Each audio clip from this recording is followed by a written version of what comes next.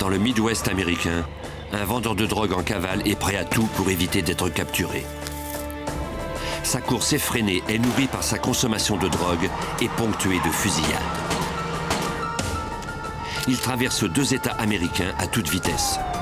Les autorités locales et fédérales sont résolues à riposter à sa violence et à le poursuivre coûte que coûte.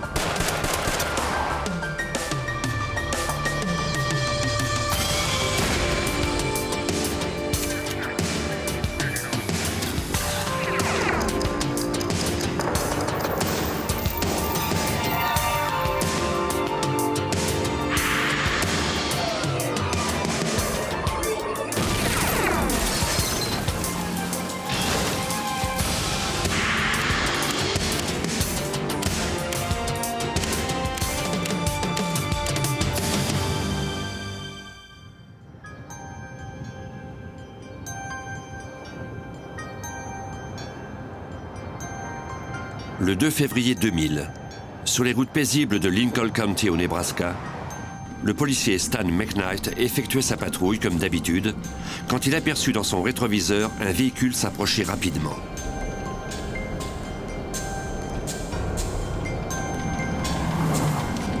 Le pick-up marron le doubla. McKnight remarqua que le véhicule était immatriculé au Texas, mais il n'eut pas le temps de voir le numéro de la plaque. Il se mit à sa poursuite tout en jouant de prudence. À cause de la température des derniers jours, la route était recouverte de plaques de verglas. Sans l'éclairage des rues, tout semblait normal, mais les routes étaient très dangereuses.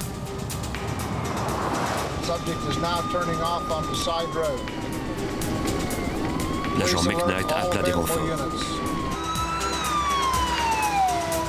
Plusieurs unités de patrouille de l'État se mobilisèrent pour tenter d'intercepter la camionnette. Son conducteur ne semblait guère se soucier du danger. Comme il n'y avait pas d'autres voitures sur les routes et que par conséquent personne ne courait de risque, McKnight décida qu'il n'en valait pas la peine d'accélérer pour rattraper le pick-up. Le conducteur semblait bien connaître le secteur. Comme il prenait beaucoup de risques et conduisait plus vite que moi, il m'a rapidement semé. Le pick-up disparut dans la nuit.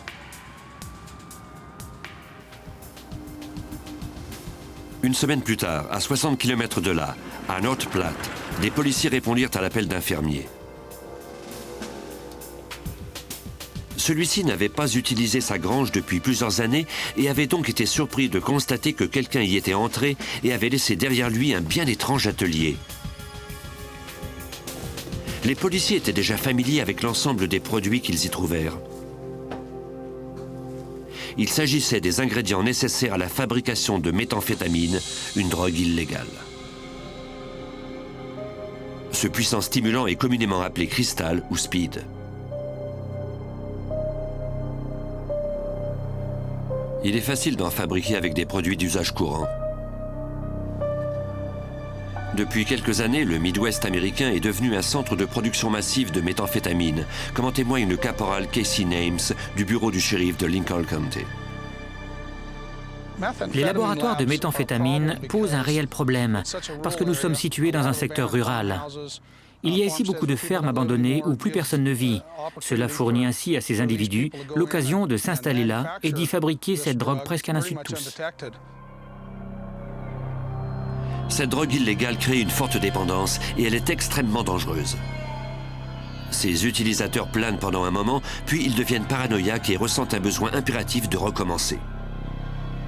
La plupart d'entre eux deviennent agressifs et posent des gestes désespérés. Là où surgissent des laboratoires de méthamphétamine, on note toujours une recrudescence de crimes violents.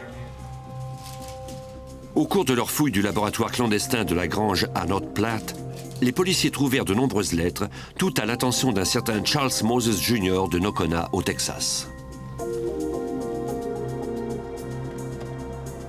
On contacta les autorités de cet État pour leur demander des informations sur ce Moses. Celles-ci leur envoyèrent des photos du suspect et les informèrent qu'il était recherché suite à un vol d'armes à feu. Les enquêteurs du Nebraska apprirent également que Moses conduisait un pick-up de couleur marron immatriculé au Texas. La marque et le modèle de cette camionnette correspondaient à la description du véhicule qui avait semé le policier McKnight à peine une semaine plus tôt. Si Charles Moses était fabricant de méthamphétamine, il y avait fort à parier qu'il en était également un consommateur. Cela pouvait expliquer pourquoi il conduisait avec autant de témérité le soir de la poursuite. Les consommateurs de cette drogue deviennent paranoïaques et ils ne ressentent plus aucune douleur. Parfois, ils ne dorment pas plusieurs jours d'affilée. C'est alors difficile de les arrêter. Au cours de leur patrouille au sein de cette petite population, les policiers montrèrent la photo de Moses et demandèrent à tous s'ils avaient vu un inconnu qui lui ressemblait. Certains résidents déclarèrent l'avoir déjà vu. Mais personne ne l'avait vu depuis plusieurs jours et Moses n'avait pas de lieu de résidence connu dans la région. À 23 h le 12 février 2000, soit une semaine après la découverte du laboratoire de méthamphétamine, le caporal Casey Names de Lincoln County s'apprêtait à commencer son quart de travail. Comme d'habitude, il s'arrêta pour commander un café avant de commencer sa patrouille. Mais ce soir-là, rien d'autre ne se déroulerait comme d'habitude. Par la fenêtre, Names aperçut un véhicule qui correspondait à la description du pick-up de Charles Moses. Il espérait bien voir le visage de son conducteur. Quand il est descendu du pick-up, j'ai constaté qu'il ressemblait à l'homme que nous recherchions.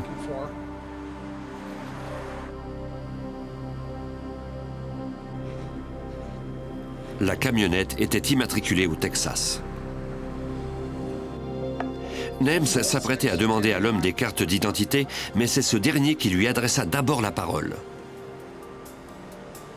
Je me suis approché de lui et je lui ai demandé de s'identifier et de me dire où il allait et ce qu'il faisait. Je lui ai ensuite demandé de me montrer une carte d'identité et le nom inscrit sur le permis de conduire était Charles Moses.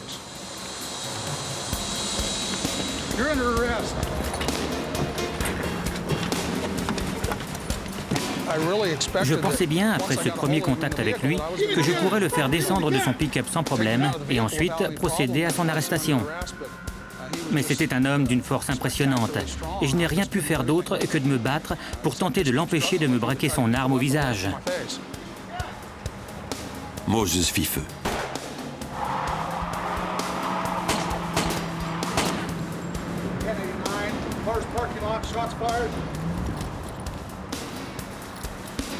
J'étais sûr d'avoir atteint la cible à 2 reprises. J'ai vu les 2e et 3e projectiles atteindre l'arrière de la cabine du pick-up. Names tenta de poursuivre Moses, mais le fugitif conduisait avec la témérité de quelqu'un qui a consommé des méthamphétamines et qui ne craint rien, et il le sema.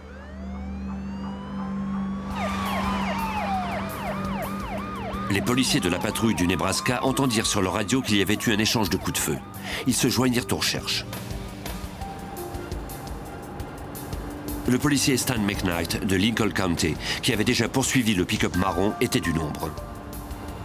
Il voulait prendre position à un endroit où il pourrait intercepter Moses. Il y a ce secteur que l'on appelle la Correction Line. Je me disais que c'était le meilleur endroit pour l'attendre. 3 routes se croisent là. Je me trouvais sur celle du centre. En plus, je pouvais voir à 3 km à la ronde. McKnight attendit dans l'obscurité, espérant avoir choisi le bon endroit. Au bout d'environ 10 ou 15 minutes d'attente, j'ai aperçu un véhicule à l'ouest qui se dirigeait droit vers l'intersection où je me trouvais. Dès que le véhicule est arrivé à ma hauteur, j'ai allumé mes phares et j'ai pu constater que c'était le véhicule que j'avais aperçu moins de 2 semaines plus tôt.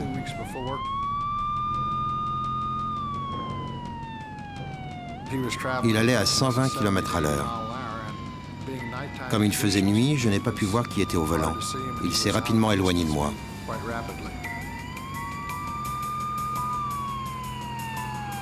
McKnight tentait de ne pas perdre de vue le véhicule, mais celui-ci disparut de nouveau. McKnight décida alors de s'y prendre autrement.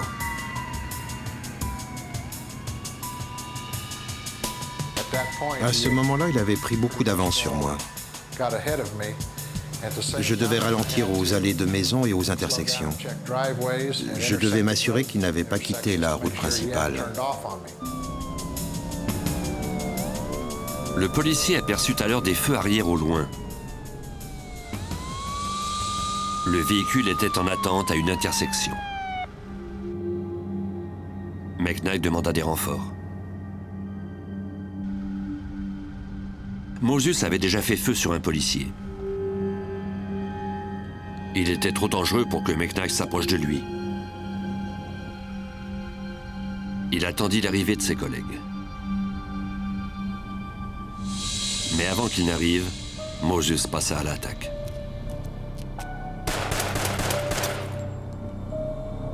Un projectile atteignit Stan McKnight à la tête et un autre lui déchira la main.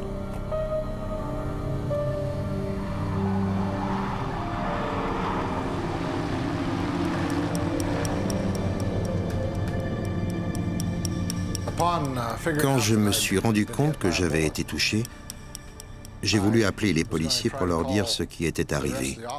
Mais je n'arrivais pas à parler dans le micro. J'avais la bouche pleine de sang et je m'étouffais. À tâtons, j'ai trouvé des serviettes de table en papier sur le siège.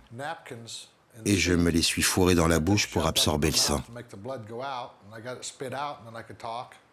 Je les ai crachées et alors j'ai pu parler et leur dire que j'avais été touché, que le sujet avait continué sa route mais que j'allais le poursuivre. Malgré ses blessures, l'agent McKnight refusait d'abandonner. Le vent passait par les trous de projectiles de mon pare-brise, projetant des éclats de verre partout. Mon œil gauche était complètement fermé à cause du sang. Quant au droit, il n'arrêtait pas de cligner, mais je pouvais voir suffisamment quand même avec les phares avant de mon auto pour poursuivre mon chemin. En se fiant aux coordonnées que McKnight avait envoyées par radio, plusieurs équipes de patrouilleurs du Nebraska se rendirent dans le secteur. Ils roulaient avec leurs phares éteints pour que Moses ne se doute pas de leur présence. 2 voitures de patrouille se garèrent sur une route sombre et attendirent.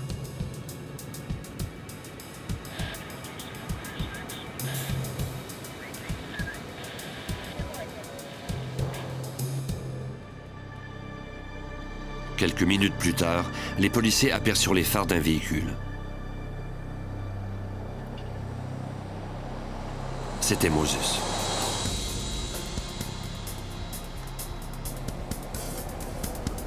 Un des patrouilleurs aperçut une arme.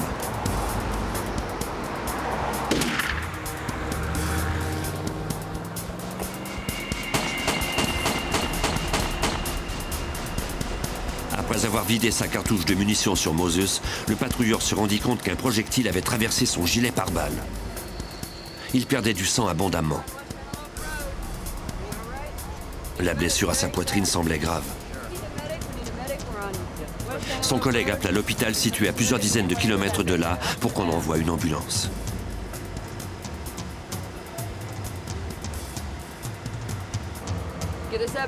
Il faisait nuit dans la prairie. Les patrouilleurs espéraient que leur ami survivrait. Dans sa fuite effrénée, Charles Moses avait réussi à atteindre un policier du comté et un patrouilleur. Malgré ses blessures, McKnight, lui, continuait la poursuite de Moses, cet homme qui semblait prêt à tout pour ne pas être capturé.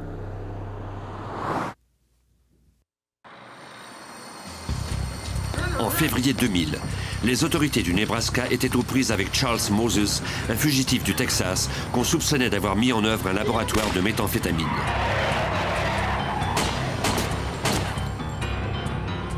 En fuyant, il avait entraîné les policiers à sa poursuite. Il avait tiré une balle dans la tête d'un policier et atteint un patrouilleur à l'abdomen. Puis, il avait disparu dans la nuit. Des ambulanciers stabilisèrent l'état du patrouilleur blessé avant de le transporter aux urgences les plus proches. Lynn Williams, sergent de la patrouille de l'État du Nebraska, participa à la cueillette des indices sur la scène du crime. On a restreint l'accès de tout le secteur, car notre but, c'était de recueillir les indices. On a donc pris le pistolet de service du patrouilleur, sa ceinture et des douilles de projectiles qui étaient toujours là. Ensuite, on a pris des photos avec un appareil 35 mm et on a filmé les lieux. Moses avait fait feu à plusieurs reprises. Un des projectiles avait atteint l'insigne réfléchissant sur la voiture de patrouille, sans doute la seule chose visible dans cette prairie obscure.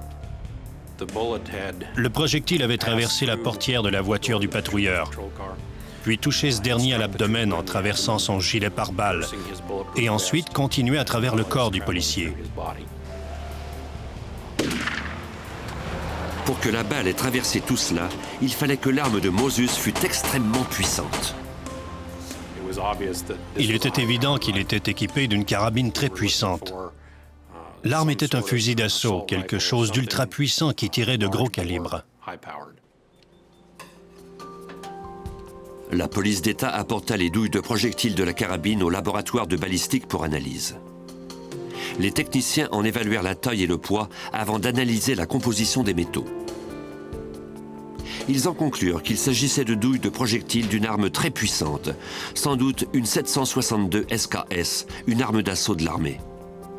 Une carabine extrêmement dangereuse, destinée à des militaires entraînés pour cela. Dans les mains d'un criminel, on pouvait craindre le pire.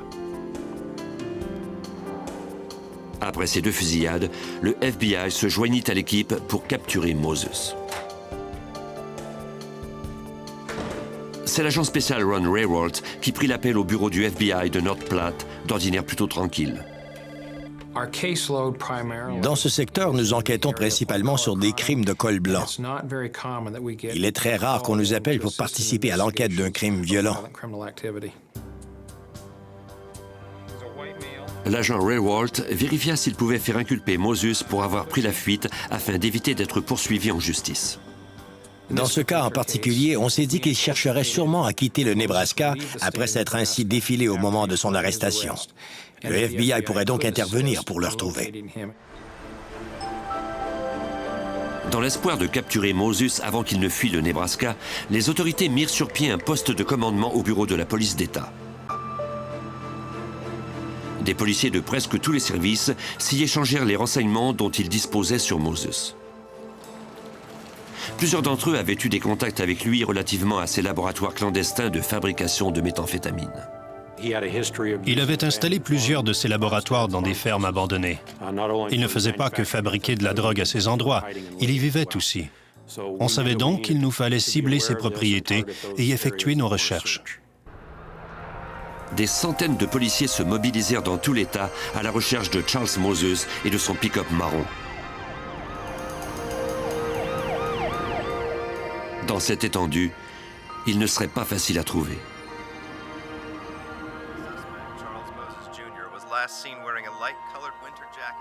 Les enquêteurs espéraient également que le public aiderait aux recherches. Lors des bulletins de nouvelles, on pressa les habitants de se prémunir contre Moses et d'appeler la police s'ils le voyaient. Dans la petite ville de Dickens, à 50 km de l'endroit où deux policiers avaient été touchés, un jeune fermier remarqua des traces de pneus qui menaient à un garage. D'ordinaire, la voiture de ses parents y était garée, mais pas cette fois-ci.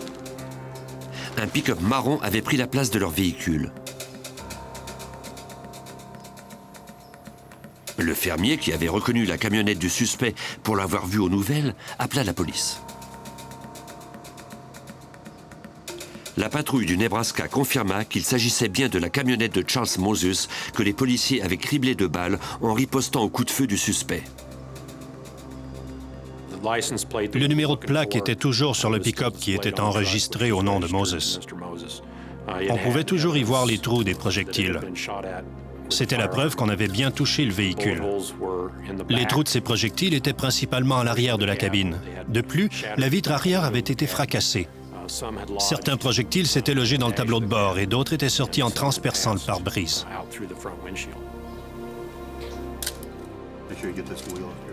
Les enquêteurs trouvèrent également des indices qui démontraient que le suspect était blessé. Il avait été touché par au moins un des projectiles. On a trouvé du sang humain dans la cabine du pick-up. Cela nous a amené à croire que le policier de Lincoln County, qui avait fait feu au début de la fusillade, avait vraisemblablement touché Moses. Mais si Moses était blessé, il avait avec lui la drogue parfaite pour rester sur le qui-vive, insensible à la douleur, agressif, pour toujours aller de l'avant, même sans dormir. La camionnette était remplie de matériel pour chauffer et fabriquer les méthamphétamines. Il y avait pratiquement un labo à l'arrière de ce pick-up. Les enquêteurs y trouvèrent également tout l'équipement nécessaire pour survivre, des radios policières et des armes. Il n'y avait toutefois aucune trace de la puissante arme d'assaut dont Moses s'était servi pour tirer sur les deux policiers.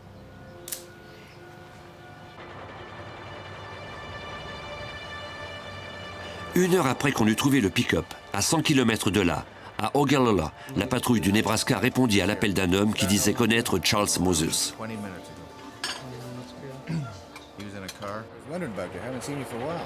Il déclara qu'il l'avait vu 15 minutes plus tôt.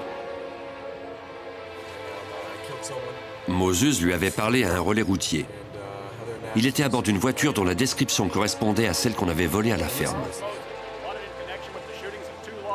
Au cours de leur conversation, Moses avait entendu un bulletin de nouvelles à la radio qui donnait le signalement du véhicule qu'il conduisait. Visiblement nerveux, il était parti à toute vitesse. L'homme ajouta qu'il avait attendu une quinzaine de minutes avant d'appeler la police. Il avait peur du fugitif parce que celui-ci savait où vivait sa famille. Les enquêteurs craignaient que Moses ne change à nouveau de voiture pour semer la police à ses trousses. 2 heures plus tard, à 30 km plus au sud, un fermier remarqua des traces de pneus récentes devant une maison située sur la ferme de sa famille. Cette maison avait été fermée car plus personne n'y vivait. Il appela les membres de sa famille pour leur demander s'ils y étaient venus. Ceux-ci lui répondirent que non, mais ils lui parlèrent ensuite des mises en garde de la police à propos d'un dangereux fugitif qui rôdait dans le secteur. Ils lui conseillèrent de quitter les lieux sur le champ. Le parent du fermier qui était au téléphone l'entendit alors s'adresser à quelqu'un d'autre.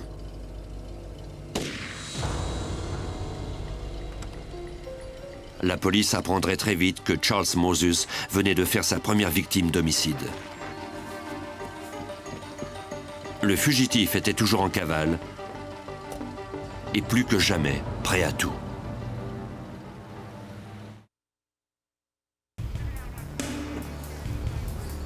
Le 14 février 2000, 36 heures après que le fugitif Charles Moses eut gravement blessé 2 policiers du Nebraska, une enquête pour homicide fut ouverte à Paxton.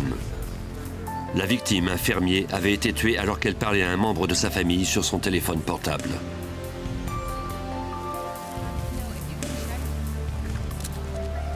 L'équipe d'enquête devait reconstituer le meurtre à partir des indices présents sur la scène du crime. Pour le sergent de la police d'État, Lynn Williams, les circonstances entourant le décès portaient la signature de Moses. On avait appris que la victime s'était rendue jusqu'à cette maison abandonnée pour vérifier des traces de pneus récentes qu'il avait remarquées. On croyait que le fermier avait surpris Moses et que ce dernier avait réagi en l'abattant. Ensuite, il avait sorti le corps de l'homme de son pick-up et l'avait laissé par terre, et il était parti avec son véhicule. Des patrouilleurs trouvèrent des traces de pneus identiques à celles du véhicule du fermier, de même que des éclats de verre qui provenaient de la vitre du côté du conducteur. Cela indiquait que cette fenêtre avait volé en éclats. Pour l'agent spécial du FBI, Ron Rawalt, ces éclats de verre constituaient un indice important. Je me disais que lorsqu'on aurait capturé Moses, celui-ci nous dirait qu'il avait agi en légitime défense en ripostant aux coups de feu du fermier. Je savais qu'on pourrait déterminer combien de coups de feu il y avait eu et d'où ils étaient partis. Quand un projectile traverse du verre à haute vitesse et que ce verre éclate, il y laisse des traces caractéristiques qui répondent aux questions que se pose un enquêteur. C'est ainsi qu'on sait qui a tiré le premier et dans quelle direction est parti le projectile. Le verre serait examiné plus tard au labo. Derrière une grange, sur la même propriété, les enquêteurs trouvèrent la voiture volée qu'on avait vue conduite par Moses. Elle semblait avoir été abandonnée à la hâte. Sur le siège arrière, les policiers trouvèrent des produits chimiques, des couteaux, de même que plusieurs armes à feu. Moses avait sans doute décidé de changer de voiture après en avoir entendu la description au bulletin de nouvelles à la radio. Il était évident que Moses avait tenté de dissimuler cette voiture. Elle était recouverte d'une bâche. De plus, il avait commencé à la recouvrir de branches d'arbres et de broussailles. Les enquêteurs trouvèrent les cartes d'identité de la victime, mais pas le téléphone portable utilisé au moment du meurtre. On pouvait en présumer que Moses avait emporté le téléphone du fermier à bord de son pick-up bleu. On transmit un bulletin d'alerte et l'on contacta les sociétés téléphoniques pour leur demander de trouver le signal du portable. Dès qu'ils sont allumés, les téléphones portables sont constamment à la recherche de la tour de retransmission la plus proche. À l'aide du numéro de téléphone de l'appareil, la police peut découvrir quelle tour le dessert. 2 heures après le meurtre du fermier, on découvrit qu'une tour à Oshkosh avait enregistré le signal du téléphone disparu. Mais avant que la police n'ait eu le temps de se rendre sur place, le signal s'interrompit.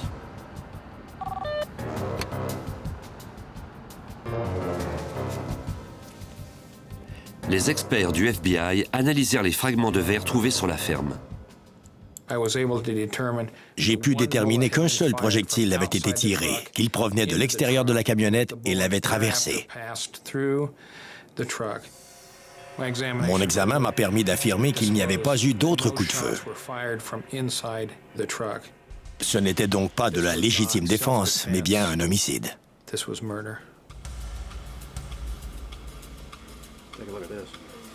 Suite au meurtre du fermier et au vol de son pick-up, le FBI fit émettre un autre mandat d'arrêt contre Charles Moses. Les faits s'étaient considérablement modifiés. Ainsi, j'ai pu inclure sur le mandat d'arrêt une accusation contre Moses de vol de voiture et un homicide. Charles Moses se promenait d'un bout à l'autre de l'État, armé et dangereux. Le gouverneur du Nebraska, Mike Johanns, tint une conférence de presse pour mettre le public en garde. À l'évidence, le fugitif n'hésiterait pas à tuer quiconque pour obtenir ce qu'il voulait.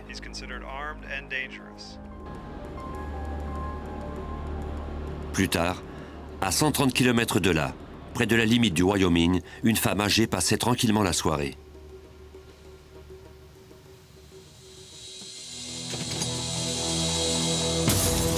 Elle entendit alors quelqu'un défoncer sa porte.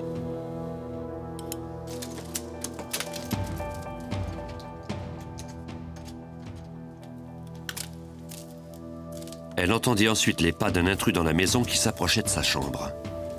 Comme il était trop tard pour s'échapper, elle se cacha du mieux qu'elle put.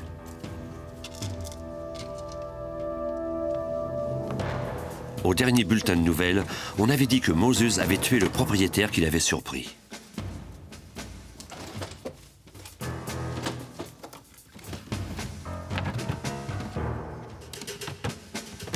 Il sembla chercher quelque chose, puis il quitta la maison.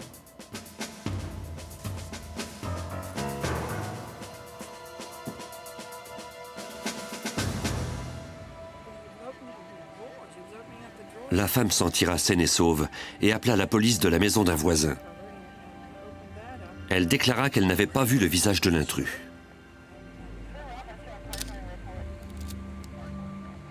Toutefois, les policiers du bureau du shérif de Scottsbluff trouvèrent des traces de pneus identiques à celles du pick-up volé.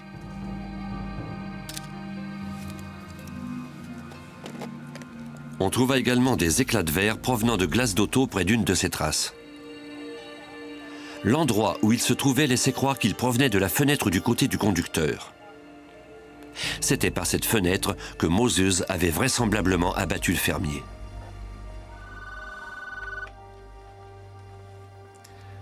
Les policiers contactèrent le FBI pour leur signaler ces nouvelles découvertes. À partir de ce qu'ils avaient trouvé et de la sorte de verre sur la scène du crime, il était devenu évident que Moses avait commis ce vol et qu'il se dirigeait vers l'ouest. Comme Charles Moses se trouvait près de la limite du Wyoming, le FBI appela les services de police de cet État pour les aviser qu'un meurtrier se dirigeait vraisemblablement chez eux.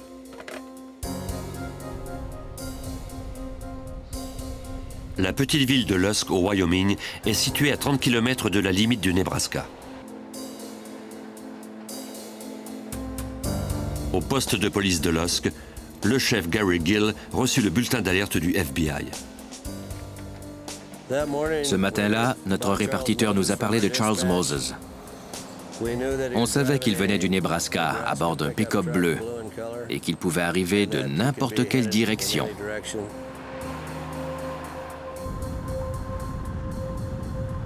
Les médias alertèrent la population à propos du fugitif. Vers 13 h, les mises en garde des médias portèrent fruit.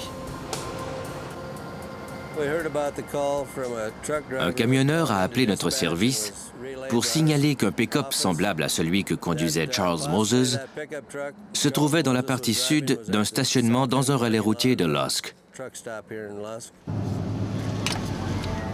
Le chef adjoint Dusty Chrisman répondit à l'appel, accompagné de Gary Gill.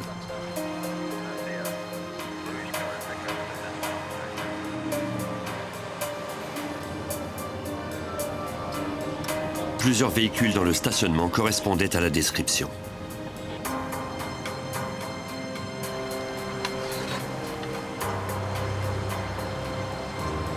Mais les policiers savaient qu'à bord de l'un d'eux pouvait se trouver un meurtrier qui avait tenté de tuer 2 policiers. On examinait les plaques d'immatriculation quand on avait un pick-up bleu qui correspondait à la description.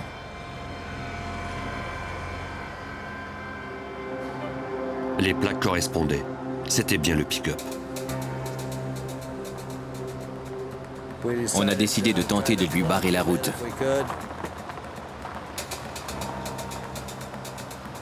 Les policiers arrivèrent de 2 directions opposées.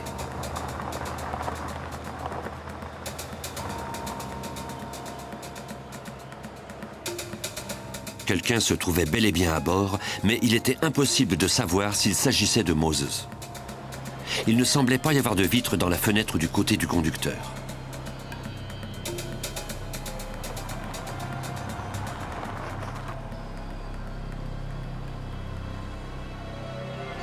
Si c'était Moses, celui-ci était peut-être finalement revenu de sa consommation effrénée de méthamphétamine.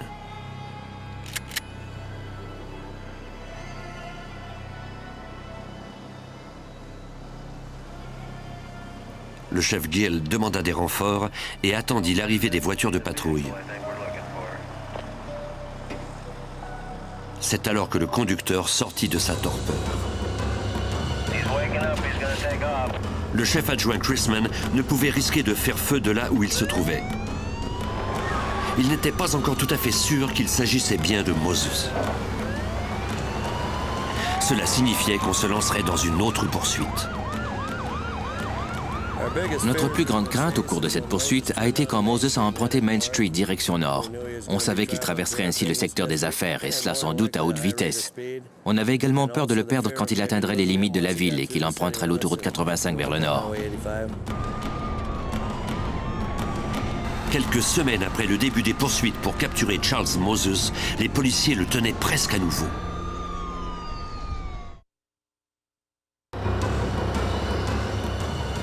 Après avoir échappé aux autorités du Nebraska et au FBI, le présumé meurtrier Charles Moses était maintenant à Lusk, au Wyoming.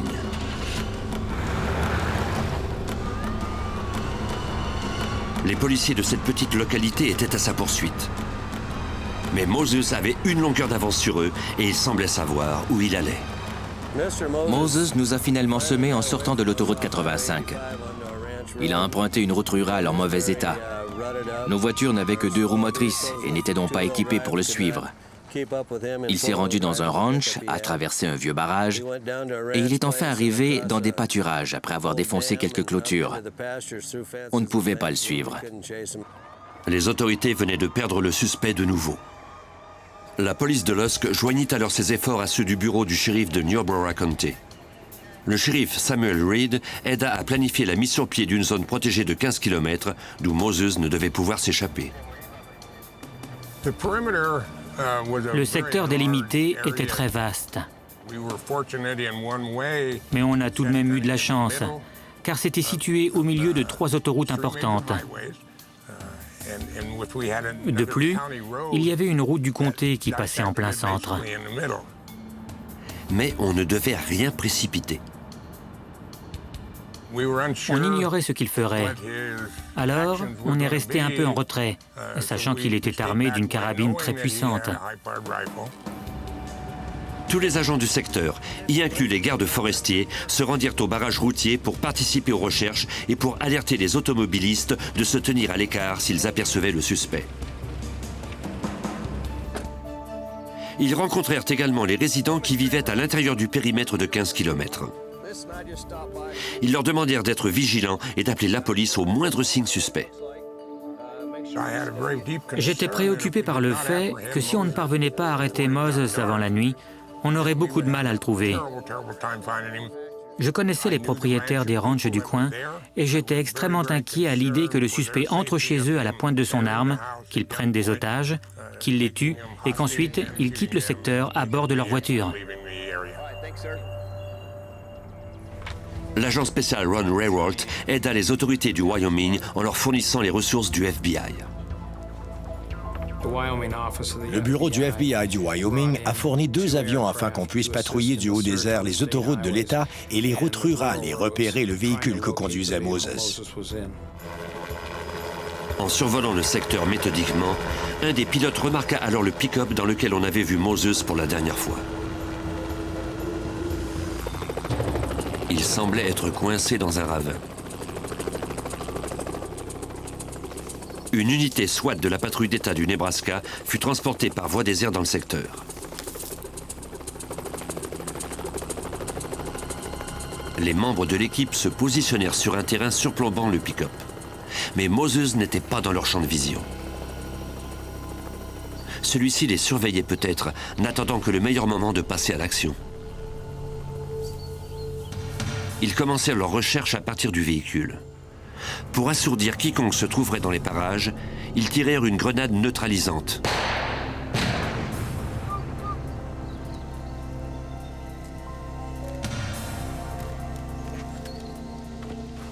Le suspect n'était pas là. On trouva toutefois des traces de pas dans la boue près de la camionnette. Les membres de l'équipe les suivirent.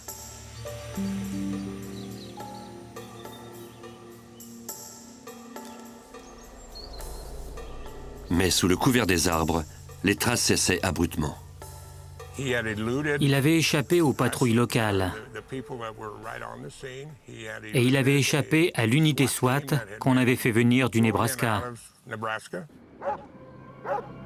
Ce soir-là, Moses refit surface à nouveau. À 20h30, le propriétaire de ranch, Jim Cremers, et son fils Justin entendirent leur chien japper derrière la maison. Comme ils avaient entendu parler de Moses, Justin sortit avec une arme. Quelqu'un était là.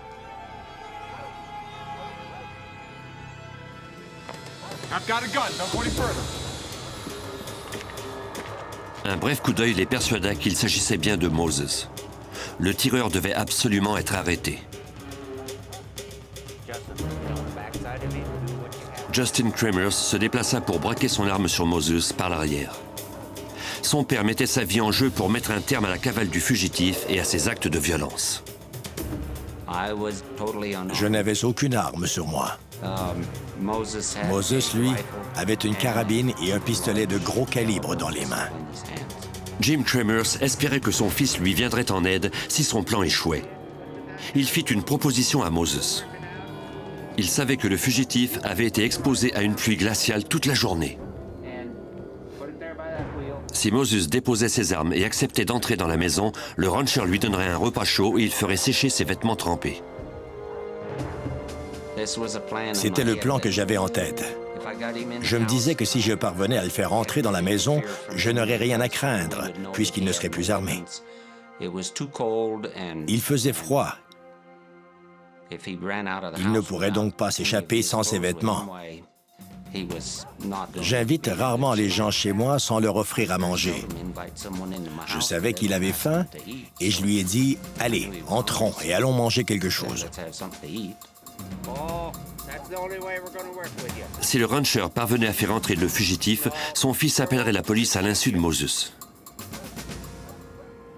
Justin Kramer surveillait le suspect. Celui-ci semblait vouloir mordre à l'hameçon. Mais soudainement, il se ravisa.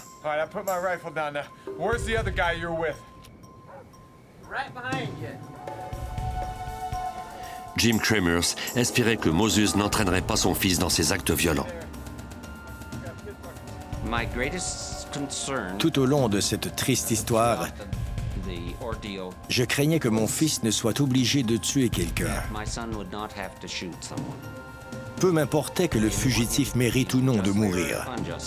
Je ne voulais simplement pas que mon fils ait cela sur la conscience toute sa vie. Si la situation s'envenimait, Justin n'aurait pas le choix. J'avais peur de le manquer si je tirais. Je n'avais qu'une seule chance, alors que lui, il en avait jusqu'à 6 avec son pistolet. Moi, je n'avais que mon fusil à un coup. Après des semaines d'errance, soutenu par des méthamphétamines, Charles Moses ralentit enfin sa cadence. Il laissa ses armes à l'extérieur. Je n'ai jamais laissé tomber mon arme. Je l'ai baissée un peu, mais à tout moment, je pouvais la remettre en joue rapidement, si c'était nécessaire. À l'intérieur de la maison, et sans ses vêtements mouillés, Moses ne pensa plus qu'au repas chaud devant lui, le premier qu'il prendrait depuis plusieurs jours. Je suis sorti par la porte d'entrée principale et me suis absenté pendant 5 minutes pour appeler le shérif de chez mon frère. Ensuite, je suis rentré par la même porte et il ne s'est jamais rendu compte de quoi que ce soit. Un agent de Lusk et un garde forestier du Wyoming furent sur place en quelques minutes.